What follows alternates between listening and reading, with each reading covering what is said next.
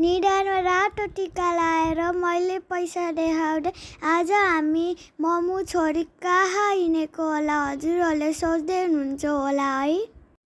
Hello everyone, welcome to mini दर्शनास mini vlog. आज हामी मामु छोरी मामा घरको बसाइसकेर सबैलाई टाटा बाई बाई भन्दै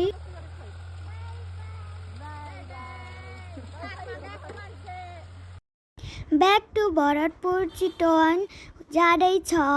अन्जिता दिदीले हामी मामु छोरीलाई गाडीको स्टपसम्म पुर्याउन आउनु भएको थियो। मेरो मामा घर कहाँ होला सोचिरहनु भएको छ होला हजुरहरूले। मेरो मामा घर रामपुर पाल्पामा हो।